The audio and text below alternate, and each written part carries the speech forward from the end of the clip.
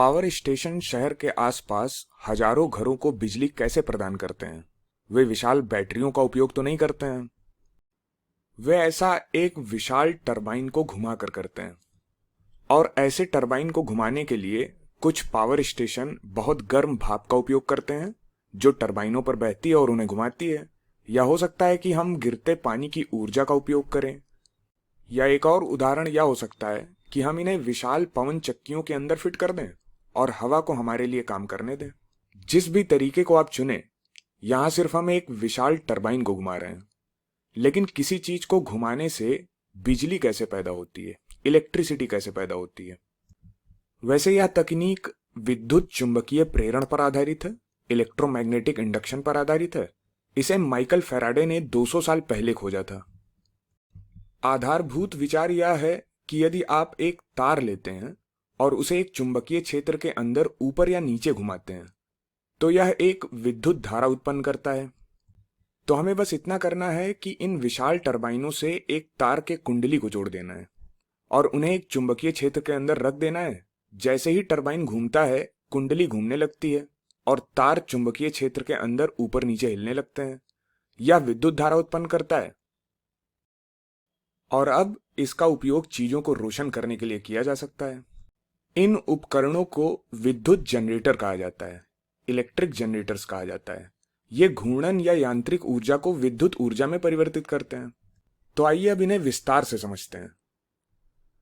तो आइए ये पता लगाते हैं कि ये कुंडली जब घूमना शुरू कर देती है तो धारा किस दिशा में प्रेरित या उत्पन्न होती है। तो मान लीजिए हमारे उदाहरण में कुंडली घड़ी की सुई की दिशा में घूमती है, यानी कि क्लॉकवाइज घूमती है, कुछ इस तरह से। अब हम प्रेरित धारा की दिशा कैसे पता लगाएंगे?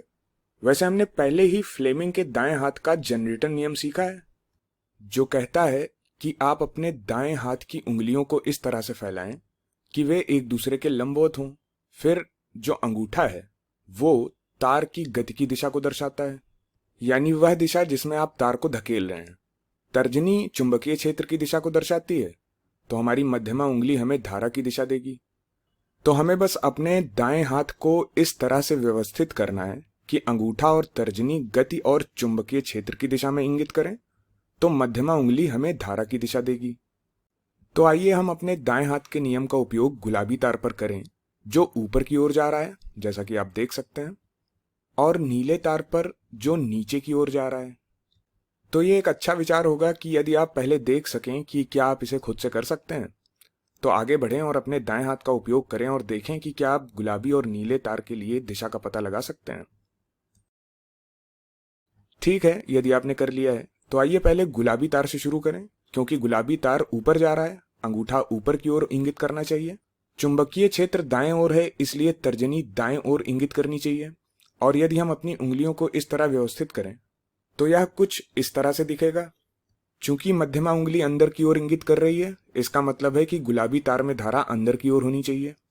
इसी तरह नीले तार के लिए नीला तार नीचे की ओर जा रहा है, इसलिए अंगूठा नीचे की ओर इंगित करेगा, तर्जनी अभी भी दाएं की ओर इंगित करेगी। और यदि हम अपने दाएं हाथ को यहाँ व्यवस्थित करें तो यह कुछ इस तरह से दिखेगा। मध्यमा उंगली स्क्रीन के बाहर जाती हुई दिखाई देगी। इसका मतलब है कि नीले तार में धारा स्क्रीन के बाहर की ओर आ रही है। तो जो हमने देखा है वह यह है कि यदि एक तार यहाँ ऊपर की ओर जा रहा है तो धारा स्क्रीन के अंदर की ओर होगी, और यदि तार नीचे की ओर जा रहा है तो धारा स्क्रीन के बाहर की ओर होगी। इसे याद रखें, ये महत्वपूर्ण है। तो अब हाथों को हटाकर धारा को दर्शाने के लिए तीर के निशान लगाते हैं, और अब हम अनुमान लगा सकते हैं कि शेष तारों में धारा किस दिशा में होगी। चूंकि धारा को गुलाबी से नीले तार की ओर बहना है, हम कह सकते हैं कि धारा यहाँ इस तरह से बहेगी, और फिर यहाँ धारा इस तरह से बहनी चाहिए और यहाँ बाहर जाती है। यह उस बाहरी सर्किट में जाती है जहाँ शायद एक बल्ब है, हम इसे बाद में बनाएंगे।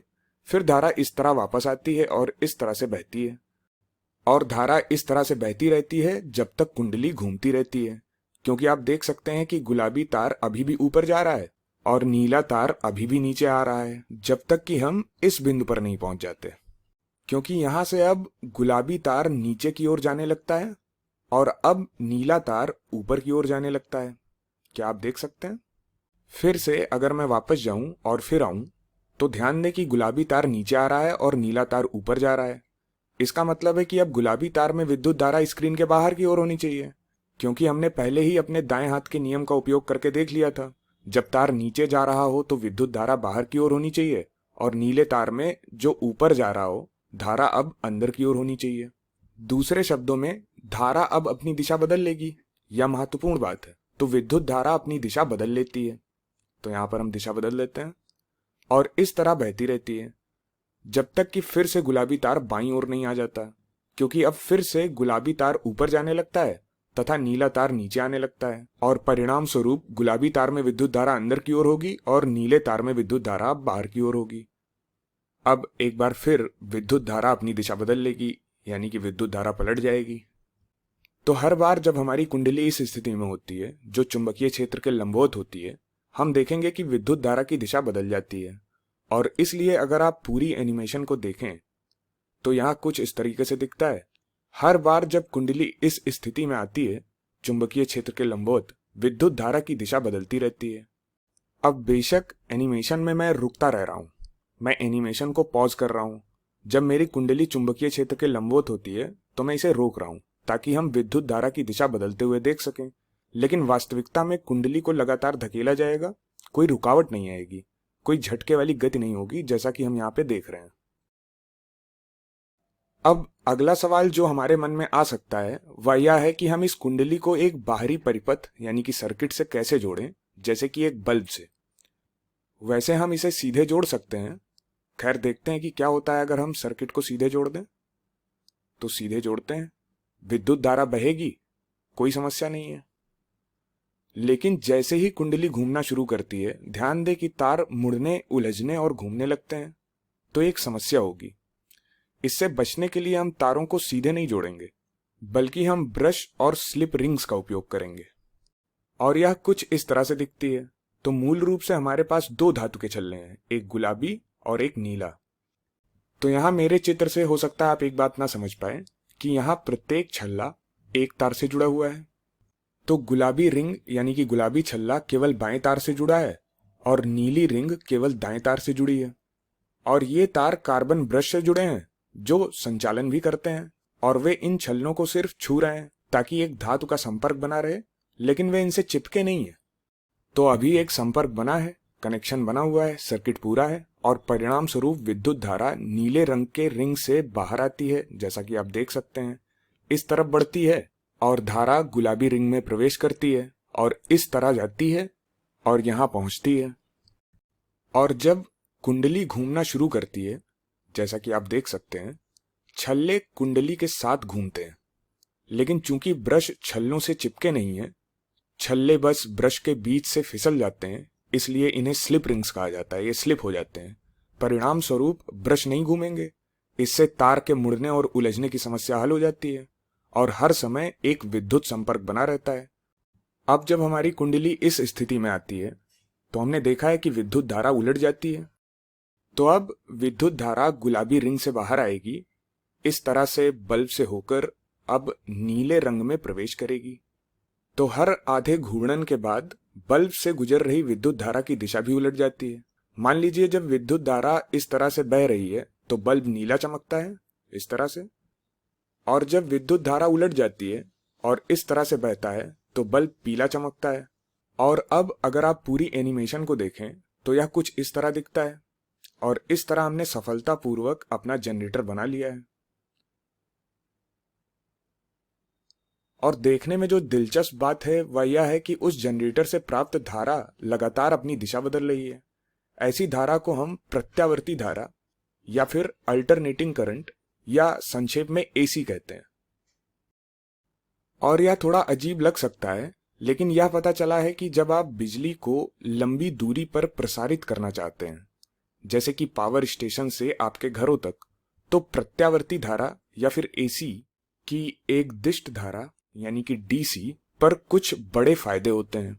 तो एसी ज्यादा बेहतर होती है डीसी से, और इसी वजह से हमारे घरों में जो धारा मिलती है, जो बिजली हमें घरों में मिलती है, वह सब एसी होती है। और इन जनरेटरों को एसी जनरेटर कहा जाता है। तो जनरेटर को हम हिंदी में जनित्र कहते हैं, तो एसी जनरेटर को हम हिंदी में प्रत्यावर्ती जनित्र कहेंगे। अंत में अगर हम एक डीसी जनरेटर बनाना चाहें तो क्या होगा?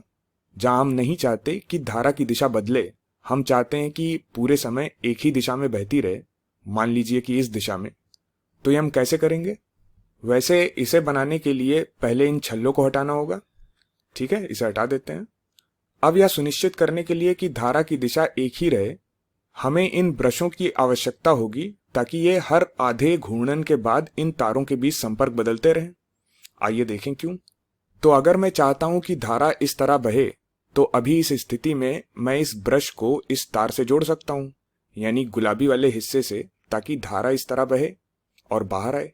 लेकिन जैसे ही कुंडली घूमती है, ध्यान दें कि एक बार यह इस स्थिति में आती है, आपने देखा कि धारा पलटने लगती है, धारा उलट जाती है, और इसलिए अब धारा को एक निश्चित दिशा में बनाए रखने के लिए अब हमें चाहिए कि यह ब्रश इस तार के संपर्क में आए, यानी नीले वाले हिस्से से इसके संपर्क में आए। फिर एक बार जब हम इस स्थिति में आते हैं, फिर से यह पलट जाता है, धारा पलट जाती है, और फिर हम चाहेंगे कि यह ब्रश इस तरफ के संपर्क में आ जाए। और इसलिए क्या आप देख सकते हैं कि हर आधे घूर्णन के बाद हम चाहते हैं कि संपर्क बदलते रहें। लेकिन हम यह कैसे सुनिश्चित करें कि यह स्वचालित रूप से हो, ऑटोमेटिक हो?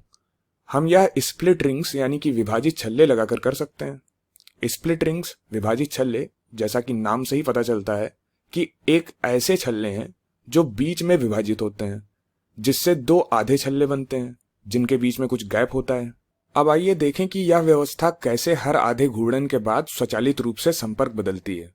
तो अभी यह ब्रश गुलाबी वाले हिस्से के संपर्क में है, लेकिन जैसे ही कुंडली घूमती है और इस स्थिति में आती है, धारा उलट जाती है, और अब ध्यान दें कि ब्रश नीले वाले हिस्से के संपर्क में है, जिससे यह सुनिश्चित होता है कि धारा अभी भी बल्ब से होते हुए एक ही दिशा में बह रही है। फिर जैसे ही कुंडली आधे घूर्णन के बाद अब इस स्थिति में आती है, फिर से ध्यान दें कि इसने संपर्क बदल लिया है। अब यह गुलाबी रिंग के संपर्क में है जो गुलाबी वाले हिस्से से जुड़ा है, और इस तरह अब हमने अपना डीसी जनरेटर बना लिया है जहां धारा किसी भी बाहरी सर्किट में केवल एक ही दिशा में बहती है। और यह व्यवस्था जो हमें स्वचालित रूप से संपर्क बदलने में मदद करती है, हम इसे कम्यूटेटर कहते हैं। तो स्प्लिट रिंग्स कम्यूटेटर की तरह काम करती है। तो हमने जो सीखा उसे संक्षेप में देख लेते हैं। अगर आप एक कुंडली लेते हैं और इसे चुंबकीय क्षेत्र में घुमाते हैं, तो विद्युत चुंबकीय प्रेरण के कारण उस कुंडली में एक धारा उत्पन्न होती है। अब धारा की दिशा इस पर निर्भर करती है कि तार ऊपर जा रहा है या फिर नीचे, और इसके परिणाम स्वरूप हर आधे घूर्णन के बाद हम देखते हैं कि धारा की दिशा बदलती रहती है। और इसलिए इस जनरेटर को एसी जनरेटर कहा जाता है, क्योंकि यह एक प्रत्यावर्ती धारा उत्पन्न करता है, एक ऐसी धारा जिसकी दिशा लगातार बदलती रहती है। दूसरी ओर अगर हम स्प्लिट रिंग्स का उपयोग करते हैं, तो यह एक कम्यूटेटर की तरह काम करता है। यह हर आधे घूर्णन के बाद संपर्क बदलता रहता है, और यह सुनिश्चित करता है कि बाहरी सर्किट में धारा की दिशा नहीं बदलती है। हम इसे डीसी जनरेटर कहते हैं। और इस तरह से हम सिर्फ एक कुंडली को कुछ चुंबकों के बीच घुमाकर बिजली उत्पन्न कर सकते हैं।